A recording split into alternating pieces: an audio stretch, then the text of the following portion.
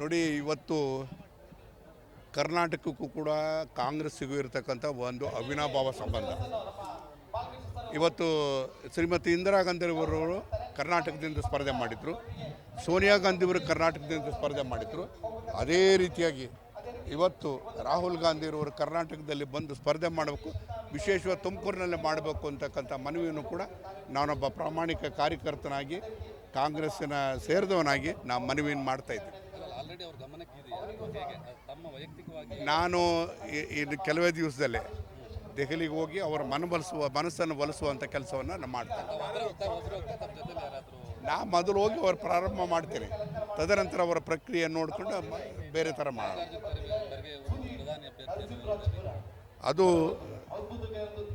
Mallikarjun ಖರ್ಗೆರವರು AICC ಅಧ್ಯಕ್ಷರು, ಅವರು India ಒಕ್ಕೂಟವನ್ನು ಮಾಡಿರಬೇಕಾದಂಥ ಸಂದರ್ಭದಲ್ಲಿ ಸ್ವಾಭಾವಿಕವಾಗಿ ಅವಕಾಶಗಳು, ಪ್ರಧಾನಮಂತ್ರಿ ಅಂತ ಅವಕಾಶಗಳು ಬಂದಾಗ ಮೊದಲನೇದಾಗಿ ನಾವು ಹೆಚ್ಚಿನ ಸಂಖ್ಯೆಯಲ್ಲಿ ಗೆಲ್ಲಿಸಿದಂಥ ಸಂದರ್ಭದಲ್ಲಿ ಅವಕಾಶ ಬರ್ತಕ್ಕಂಥದ್ದು ಅದು AICC ಅಧ್ಯಕ್ಷ ಆಗಿರ್ತಕ್ಕಂಥ ಮಲ್ಲಿಕಾರ್ಜುನ್ ಖರ್ಗೆ ಅವರಿಗೆ, ಅವರ ವಿವೇಚನೆಗೆ ಬಿಟ್ಟಿರ್ತಕ್ಕಂಥದ್ದು. ಬಹುಶಃ ಇವತ್ತೆಲ್ಲ ಒಂದು ಕಾಂಗ್ರೆಸ್ ಪಕ್ಷ ಒಂದು ಜನ ಅಭೂತಪೂರ್ವವಾಗಿರ್ತಕ್ಕಂಥ ಶಕ್ತಿಯನ್ನು ಕೊಟ್ಟಾಗ ಬಹುಶಃ ಪ್ರಧಾನಮಂತ್ರಿ ಹುದ್ದೆಯನ್ನು ಕೂಡ ಕ್ಲೈಮ್ ಮಾಡೋದಕ್ಕೂ ಅವಕಾಶ ಇದೆ. ಅದನ್ನು ಏನು ಮಾಡ್ತಾರೆ ಅಂತೇಳಿ ಇಂಡಿಯಾ ಕೂಟದವರು ಇನ್ನೂ ಕೂಡ ಚರ್ಚೆನಲ್ಲಿದ್ದಾರೆ. ಏನು ಮಾಡ್ತಾರೆ?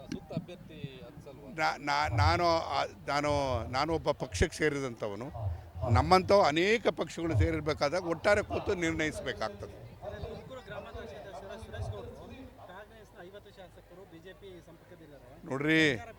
ನೋಡಿ, ನಾನು ಒಂದು ಹೇಳ್ತೀನಿ, ಈ BJPಯವರು ಅಂತಂದರೆ ಸುಳ್ಳನ್ನು ಹುಟ್ಟಾಕಿದ್ದಾರೆ. ಅವರು ಯಾವುದೇ ಸಂದರ್ಭದಲ್ಲೂ ಕೂಡ ಕಾಂಗ್ರೆಸ್ಸಿನ ಒಂದು ಹುಲ್ಕಡ್ಡಿನೂ ಅಲುಗಾಡ್ಸೋಕ್ಕೆ ಸಾಧ್ಯ ಇಲ್ಲ, ಯಾವುದೇ ರೀತಿಯಲ್ಲೂ ಸಾಧ್ಯ ಇಲ್ಲ. ಯಾವ ಶಾಸಕರುಗಳು ಹೋಗ್ತವೆ ಅಂತಕ್ಕಂಥ ಪ್ರಶ್ನೆ ಇಲ್ಲ. ಆದರೆ ಅದು ಏನಾಗಿದೆ ಅಂತಂದರೆ ಅವ್ರಿಗೆ ಹಗಲುಗನಸು ನೋಡ್ತಾರೆ, ಏನು ಮಾಡೋಕ್ಕಾಗ್ತದೆ? ಖಂಡಿತವಾಗಿ ಸಮರ್ಥರೆ.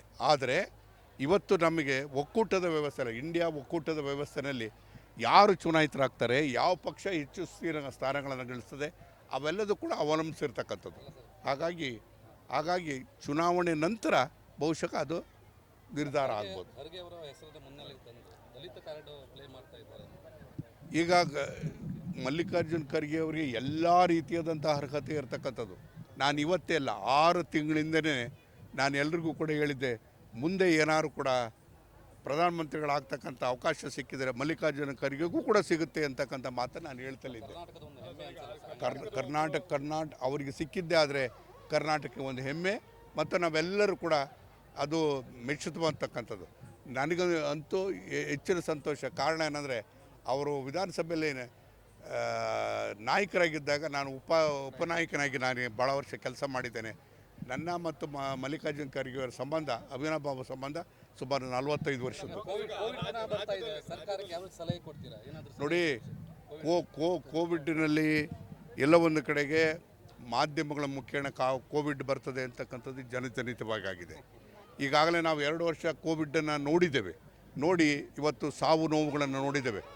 ಜನ ಎಚ್ಚೆತ್ಕೋಬೇಕು, ಯಾವುದೇ ರೀತಿಯಲ್ಲಿ ಕೂಡ ಸಾವು ನೋವು ಆಗದೇ ಇರತಕ್ಕಂಥ ರೀತಿಯಲ್ಲಿ ಎಚ್ಚರಿಕೆಯಿಂದ ಇರಬೇಕು ಅಂತೇಳಿ ನಾನು ಮನವಿ ಮಾಡ್ತೇನೆ.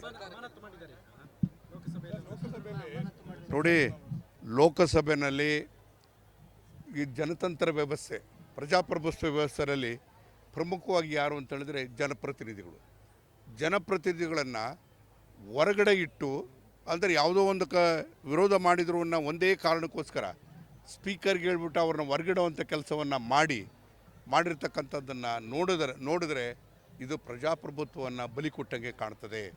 ಪ್ರಜಾಪ್ರಭುತ್ವ ಅಂತಕ್ಕಂಥದ್ದು ಸತ್ತೋಗಿದೆ ಈ ದೇಶದಲ್ಲಿ. ಅದರಲ್ಲೂ ಕೂಡ ಇವತ್ತು ಎಲ್ಲರೂ ಕೂಡ ಹೊರಗಡೆ ಇಟ್ಟು 150 ಜನನ ಹೊರಗಡೆಗಿಟ್ಟು ವಿಶೇಷವಾದಂಥ ಕಾನೂನುಗಳನ್ನ ಪಾಸ್ ಮಾಡುವಂಥ ಕೆಲಸವನ್ನು ಮಾಡಿದ್ದಾರೆ. ನಮಗೆ ಇಂಡಿಯನ್ ಪೀನಲ್ ಕೋಡ್ ಇರ್ಬೋದು, ಕ್ರಿಮಿನಲ್ ಕೋಡ್ ಇರ್ಬೋದು, ಎವಿಡೆನ್ಸ್ ಆ್ಯಕ್ಟನ್ನು ಕೂಡ ಅಂಥ ಮಹತ್ತರವಾಗಿ ಸುಮಾರು 100 ವರ್ಷಗಳಿಂದ ಆಚರಣೆ ಇದ್ದಂಥ ಕಾನೂನನ್ನ ಏಕಾಏಕಿ ಬದಲು ಮಾಡ್ತಕ್ಕಂಥದ್ದು ಸ್ವಾಗತ. ನಾನು ಅದರ ಬ್ರಿಟಿಷರ ಕಾನೂನು ಇರಬೇಕು ಅಂತಲ್ಲ, ಆದರೆ ಜನಪ್ರತಿನಿಧಿಗಳ ಚರ್ಚೆ ಇಲ್ಲದಲೆ ಅವ್ರನ್ನ ಹೊರಗಿಟ್ಟು ಇವತ್ತು ನೀವು ಅವಸರವಾಗಿ ಪಾಸ್ ಮಾಡೋವಂಥದ್ದು ಉದ್ದೇಶ ಏನಿತ್ತು ಅಂತ ನಂಗೆ ಅರ್ಥ ಆಗ್ತಾಯಿಲ್ಲ. ಇದು ಒಂದು ಪ್ರಜಾಪ್ರಭುತ್ವದ ಕಗ್ಗೊಲೆ ಅಂತ ಹೇಳಿದ್ರೆ ತಪ್ಪಾಗಲ್ಲ.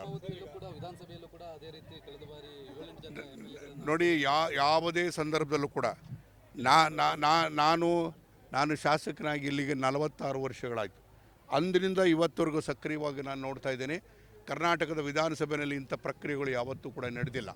ಅದು ಯಾವುದೇ ಸಂದರ್ಭದಲ್ಲೂ ಕೂಡ ಯಾರಾದರೂ ಕೂಡ ತುಂಬ ಅತಿಯಾಗಿ ಇವತ್ತು ಕಾನೂನಿಗೆ ವಿರೋಧವಾಗಿ, ನಿಯಮಗಳಿಗೆ ವಿರುದ್ಧವಾಗಿ ನಡೆದಂಥ ಸಂದರ್ಭದಲ್ಲಿ ಯಾವುದೋ ಒಂದೋ ಎರಡು ಪ್ರಕರಣಗಳಾಗಿರ್ಬೋದು ಬಿಟ್ಟರೆ, ಆದರೆ ಯಾವುದೋ ಒಂದು ಮಹತ್ತರವಾದಂಥ ಕಾನೂನನ್ನು ಪಾಸ್ ಮಾಡೋದಕ್ಕೋಸ್ಕರ ವಿರೋಧ ಪಕ್ಷವನ್ನು ಹೊರಗಿಡಿಯುವಂಥ ಪ್ರಯತ್ನ ಇವತ್ತು ಕರ್ನಾಟಕದಲ್ಲಿ ಎಂದೂ ಆಗಿಲ್ಲ.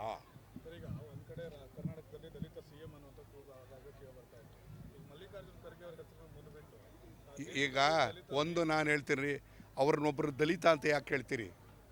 ಬಹುಶಃ ಈ ದೇಶದಲ್ಲಿ ಯಾರಾದರೂ ಕೂಡ ಸೋಲಿಲ್ಲದ ಸರ್ದಾರ ಅಂದರೆ ಸುಮಾರು 53 ವರ್ಷಗಳ